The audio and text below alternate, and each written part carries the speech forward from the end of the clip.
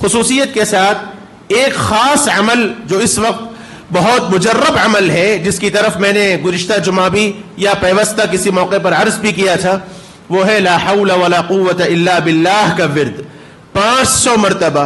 حضرت تھانوی رحمت اللہ علیہ کے زمانے میں ایک بل پاس کیا گیا تھا جو مسلمانوں کے بالکل خلاف تھا، اور اس موقع پر بہت سخت ہنگامے ہوئے، فسادات تک ہو گئے، اور بہت احتجاج بھی کیا گیا اور جلد سے جلوس کیے گئے۔ حضرت تھانوی رحمت اللہ علیہ نے اس موقع پر اپنے سالکین کو فرمایا تھا کہ اس سے کچھ ہونے والا نہیں ہے، اللہ کی طرف رجوع کرو اور روزانہ میں معمولات کے اعتبار سے 500 مرتبہ لا حول ولا قوت الا باللہ کا عمل اپناؤ۔ اور حضرت کے سالکین نے یہ بات فرمائی ہے کہ مکمل طور پر 5 دن بھی نہیں گزرے تھے، 5 دن بھی نہیں گزرے تھے، حکومت نے وہ بل واپس لیا اور اس قانون کو ختم کر دیا۔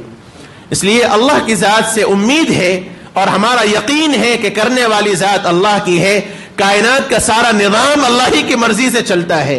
یہ سب تو آزمائشیں ہیں، اور مسلمان کبھی ان حالات سے پریشان نہیں ہوتا۔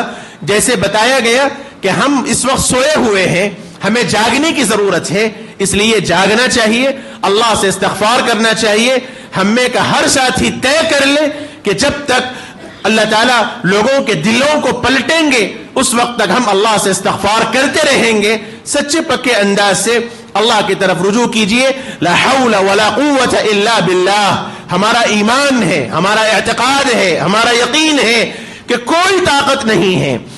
اعمال میں عمل کرنے کی طاقت دینے والی ذات بھی اللہ کی ہے، اور حالات کو بدلنے والی ذات بھی اللہ کی ہے۔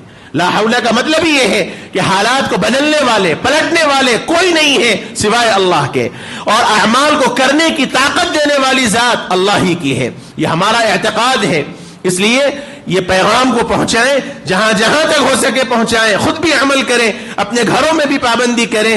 روزانہ 500 مرتبہ، ایک ساتھ ہی ضروری نہیں، ہر نماز کے بعد 100 مرتبہ کم از کم اہتمام کر لیں۔ 500 مرتبہ 5 نمازوں میں 500 مرتبہ لا حول ولا قوت الا باللہ کا ورد رکھا جائے۔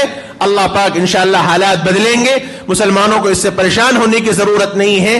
اتحاد کا ثبوت دیجئے، اپنے اندر فکر پیدا کیجئے، اپنے اندر اللہ سے رجوع کی فکر پیدا کیجئے، یہ سب حالات انشاءاللہ بدلیں گے۔